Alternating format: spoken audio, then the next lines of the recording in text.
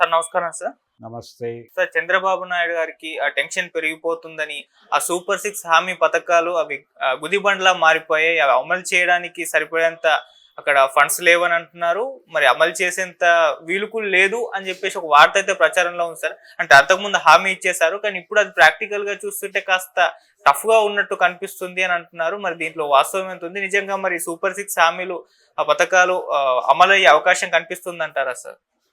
Super 6 అనేది ఆయన ఎన్నికల హామీలు ఇచ్చేటప్పుడే ఆయనకు తెలుసు స్పష్టంగా.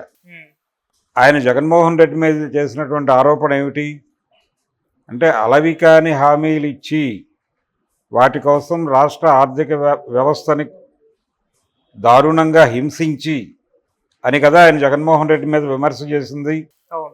ప్రజా సంక్షేమం ఒక్కటే కాదు కావలసినది, ప్రజా అభివృద్ధి కావాలి, సంపదలు సృష్టించాలి, ఇవన్నీ మాట్లాడేట్టుగా పెద్ద మనిషి. మరి మీరు అదే చేయండి అన్నారు అందరూ. ఆయన పూర్తిగా సంక్షేమం మీద దృష్టి పెట్టి జనాలను సోమరిపోతుల్ని చేస్తున్నాడు.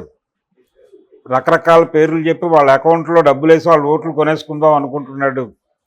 ప్రజల డబ్బులతో ప్రజల ఓట్లు కొనుగోలు చేయటమే జగన్మోహన్ రెడ్డి పద్ధతి అని చంద్రబాబు నాయుడు గారే కదా మాట్లాడింది. డబ్బులు వేస్తే సరిపోతుందా? అభివృద్ధి ఎక్కడ? రోడ్లు ఎక్కడ? ఏం చేసావు నువ్వు? ఒక ఫ్యాక్టరీ తెచ్చావా? పెట్టుబడులు ఏవి? ఉపాధి కల్పించావా? ఉపాధి కల్పించకపోగా నువ్వు డబ్బులు వేసి వాళ్ళని మరింత సోమరిపోతులుగా మారుస్తావా? నేను అలా చెయ్యను అని ఏకపాత్రాభినయం చేసేట్టుగా అయినా స్టేజ్ ఎక్కి. అలాంటి ఆయనే ఎన్నికలు దగ్గర పడుతున్న వేళ రకరకాల పథకాలు అనౌన్స్ చేశాడు. ఆ పథకాల్లో ప్రధానంగా ఇప్పుడు ఆనాటి అమ్మఒడి, ఇప్పుడు తల్లి దీవెన, నీకు 15 అని చెప్పి పిల్లలు ఎంతమంది ఉంటే అంతమందికి 15,000 ఇస్తాం, నీకు 10,000 ఇస్తామని, 20,000 ఇస్తామని తల్లులకి ఇలా ఇష్టం వచ్చినట్టు చెప్పావు కదా. ఎందుకు చెప్పావు అంటే నీకు భయం వేసింది. ఈ సంక్షేమ పథకాలే అతన్ని గెలిపించేస్తాయేమో, అతను సెక్యూర్ చేసుకున్నాడు ఒక ఓట్ బ్యాంక్ని. ఈ సంక్షేమ పథకాల ద్వారా బటన్ నొక్కుడు పద్ధతి ద్వారా ఆయన ఒక ఓట్ బ్యాంక్ సెక్యూర్ చేసుకుని ఓ సూట్ కేసులో పెట్టి దానికి వాలంటీర్లను కాపలా పెట్టాడు అనే భయం నీకు మొదలై వాళ్ళని పక్కకి జరపటం కోసం నువ్వు నోటికొచ్చిన హామీల్లా ఇచ్చావు. అందులో భాగంగా చుట్టుపక్కల ఎన్నికల్లో సక్సెస్ఫుల్ ప్రయోగాలన్నింటినీ తీసుకుని అడాప్ట్ చేసుకున్నాడు ఈయన. సినిమా వాళ్ళకు ఒక పద్ధతి ఉంటుంది, ప్రూవ్డ్ సబ్జెక్టుతో సినిమా తీస్తే హిట్ అవుతుంది, అందుకని రీమేక్ సినిమాలు తీస్తారు. ఈయన కూడా రీమేక్ పథకాలే. తెలంగాణలో ఈయన మహిళలకు ఉచిత బస్సు అన్నాడు, అది సక్సెస్ అయింది. ఇమ్మీడియట్గా ఆయన అక్కడ అనౌన్స్ చేశాడు. కర్ణాటక ఎన్నికల్లో సక్సెస్ అయినటువంటి 2-3 పట్టుకొచ్చి అక్కడ యాడ్ చేశాడు. వీటన్నిటినీ కలిపి సూపర్ 6 అన్నాడు. ఇప్పుడు సూపర్ 6 ఇంప్లిమెంట్ చేయడానికి ఇప్పుడు కేంద్ర ప్రభుత్వం తన చేతుల్లోనే ఉంది. ఎన్డీఏ ప్రభుత్వమే ఇక్కడ ఉంది, అక్కడ ఉంది. ఈయన ఫోన్ చేస్తే నిజం పంపాలి కదా. పైగా జగన్మోహన్ రెడ్డి రాష్ట్రాన్ని అప్పుల పాలు చేశాడు అంటున్నావు. మీరు మొదలుపెట్టి 2 నెలలు అయింది. 2 నెలల నుంచి మీరు చేస్తోంది అదే కదా. అప్పుల మీదే నడుస్తోంది కదా అక్కడ ఆంధ్రప్రదేశ్లో. ఈయన సంపద క్రియేట్ చేసింది ఎక్కడ అంటే 2 నెలల్లో ఆయన ఏదో చేసేయగలడని అంటలేదు, కానీ ఆ దిశగా కదలిక కూడా కనిపించట్లేదు.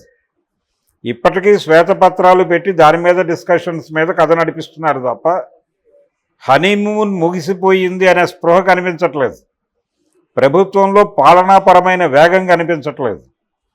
అలాగే ఆయన చెప్పినట్టుగా సంపద సృష్టించడానికి ఒక తొలి అడుగైనా పడాలా, అవి కూడా జాడలు ఎక్కడ కనబట్టలేదు. ఇంకా 1 ఇయర్ తర్వాత ఏదైనా చేస్తాడేమో చూడాలి. ప్రస్తుతానికైతే గందరగోళంగానే ఉన్నాడు ఆయన.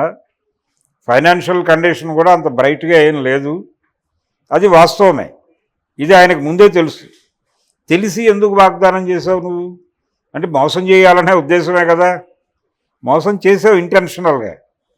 మోసకారి చంద్రబాబు అని కాలర్ పట్టుకుంటారు జనం రేపు పొద్దున ఇవి సెటిల్ చేయకపోతే.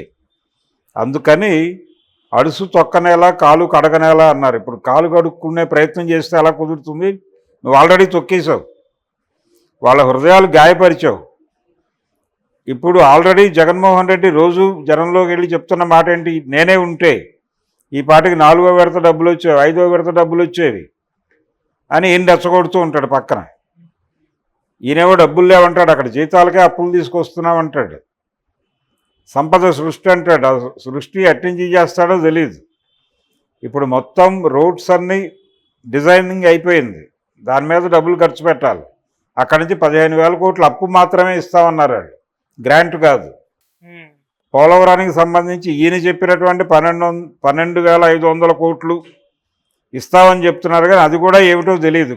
అదో గందరగోళం. వాళ్ళు చేయిస్తారా, వీళ్ళ వాటాలో నుంచి చేయిస్తారా తెలియదు.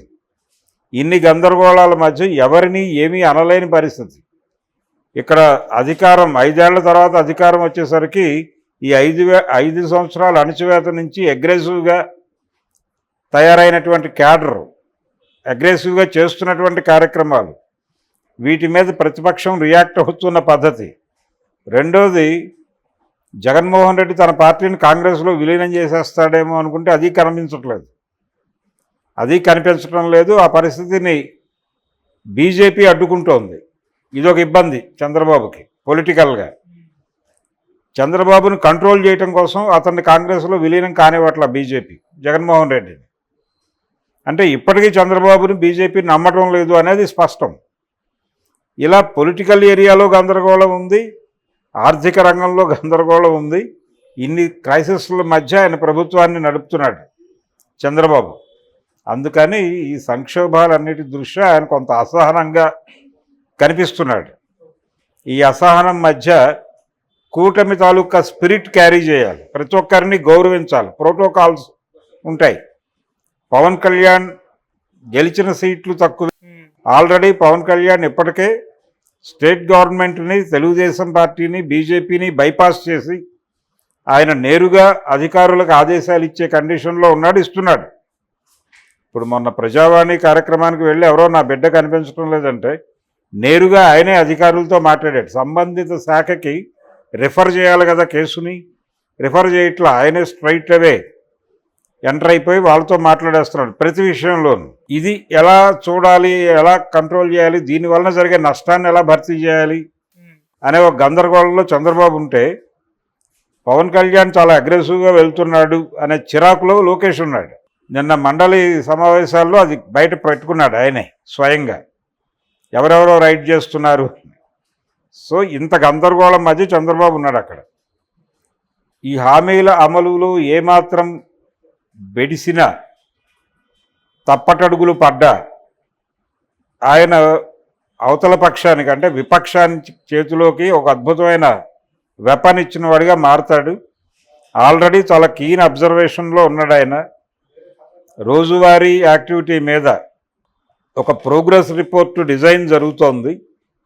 ఈ డిజైన్లో ఆయన ఎన్ని మార్కులు సంపాదించుకుంటాడు అనేది అర్థం కావట్లా. కానీ నిరంతరం ఆయన ప్రోగ్రెస్ని అంచనా కట్టేటువంటి యంత్రాంగం ఉంది అక్కడ, అన్ని విధాలుగా, అన్ని వైపుల నుంచి. బీజేపీ ఆయన్ని కీన్గా అబ్జర్వ్ చేస్తోంది, కేంద్ర ప్రభుత్వం. అలాగే ఆయనతో అసోసియేట్ అయినటువంటి జనసేన గమనిస్తోంది, బయట నుంచి వైఎస్ఆర్సీపీ గమనిస్తోంది. ఎవరి పద్ధతిలో వాళ్ళు వ్యాఖ్యానాలు చేయడం మొదలు పెడతారు ఇంకో నెల తర్వాత. ఆ వ్యాఖ్యానాలు మొదలైన తర్వాత తట్టుకోగలిగే పరిస్థితుల్లో చంద్రబాబు ఉంటాడా అనేది అనుమానం. ఇప్పుడు ఆయనకు ప్రజల అండ కూడా పోతుంది. ప్రజలు నమ్మి ఓటేశాడు. నీకు ఓటేసింది ప్రజలు, నిన్ను నమ్మి, నువ్వు ఇచ్చిన సూపర్ 6 నమ్మి. నువ్వు ఇప్పుడు అవి తీర్చలేను, నా వల్ల కాదని చేతులెత్తేస్తే వీళ్ళు నమ్మక, జనము నమ్మక ఏమైపోవాలి తెలుగుదేశం పార్టీ, ఏమైపోవాలి చంద్రబాబు నాయుడు. అసలే ఆయన ట్రాక్ రికార్డ్ అంత మంచిది కాదు. ఆ ట్రాక్ రికార్డు బాగోకే ఆయన గెలవకపోవచ్చు అనే అంచనాలే వచ్చినాయి మొదట. కాకపోతే గెలిచి ఏదో ఇస్తానంటున్నాడు, బీజేపీ ఉంది. రెండోది మాస్టర్ క్లాస్ ఆయనతో ఉంది. ఈ పరిణామాలన్నీ చూసి ఓటర్లు ఆయన వైపు మొగ్గారు అంతే. ఇందులో ఏది లేదని తెలిసినా వాళ్ళందరూ ఇమ్మీడియట్గా యూటర్న్ తీసుకోవడానికి సిద్ధంగా ఉన్నారు. క్యాడర్ కూడా చిరాగ్గా ఉంది, టీడీపీ క్యాడర్ కూడా చిరాగ్గా ఉంది ఆయన మీద. సో ఆయన కొంచెం కష్టమైన నష్టమైన చెప్పిన మాటకి కట్టుబడి ఆ సూపర్ 6 అమలు చేయాలి. ముఖ్యంగా మహిళలకి బస్సుల్లో ఉచిత సీట్లు, అలాగే ఈ తల్లి దీవెనలు, అలాగే వాళ్ళు రైతులకు ఇస్తాము అని చెప్తున్నటువంటి భరోసా లాంటి కార్యక్రమము, ఇవన్నీ కూడా ఖచ్చితంగా చేసి తీరాలి. ఫీజు రియంబర్స్మెంట్లు ఇవన్నీ బాధ్యతగా చేయాలి. ఈ పాటికి డబ్బులు వేయటం అనేది మొదలైపోవాలి. ఏదో ఒకరోజు ఇంటికి వెళ్ళి నలుగురితో కూర్చుని పెన్షన్ ఇచ్చేసి వచ్చానంటే కుదరదు. మీరు గత ప్రభుత్వం కంటే కూడా ప్రజలతో కాంట్రాక్ట్లో ఉండటం అనేది ఒక పాజిటివ్ అంశమే, కానీ పని చేయని ముఖ్యమంత్రి రోజు కనిపించినాడు చిరాకేస్తున్నారు. ఓకే. కాబట్టి అలా రికార్డు కాకూడదు ప్రజల మనసుల్లో. చంద్రబాబు క్రైసిస్లో ఉన్నమాట వాస్తవం. ఆయన సెంట్రల్ గవర్నమెంట్ని కొంత కన్విన్స్ చేసుకోవాల్సి ఉంది. గతంలో చంద్రబాబు అయితే కన్విన్స్ చేసేవాడు. ఇప్పుడు చంద్రబాబు మన్ను తిన్న పాములా ఉన్నాడు. ఆయన ఈ మన్ను తిన్న పాము కండిషన్ నుంచి ఆయన కొంచెం బయటకు వచ్చి కేంద్ర ప్రభుత్వం నుంచి నిధులు సేకరించి, గ్రాంట్లు మాత్రమే, అప్పులు కాదు, అప్పులు బాగానే చేస్తున్నాడు ఆయన, గ్రాంట్లు తీసుకురాలేకపోతున్నాడు. గ్రాంట్లు తీసుకురాలేదని జగన్మోహన్ రెడ్డిని బూతులు తిట్టాడు ఇదే పెద్ద మనిషి. వీరు చేస్తున్నది కూడా ఏమిటో అర్థం కాదు. అందుకని కేంద్ర ప్రభుత్వం నుంచి నిధులు సంపాదించి రాష్ట్రంలో ఉన్నటువంటి ప్రస్తుత గందరగోళం నుంచి జనం బయటకు వచ్చేలాగా చేయగలగాలి. ఆయన డ్రీమ్ ప్రాజెక్ట్ మద్యం పాలసీ కూడా ప్రాపర్గా ఇంప్లిమెంట్ కావట్లేదు. అక్కడ ఏదీ చేయలేకపోతున్నాడు ఆయన. 2 నెలలు దాటిపోయింది, 3వ నెలలాగా ఎంటర్ అయ్యాడు.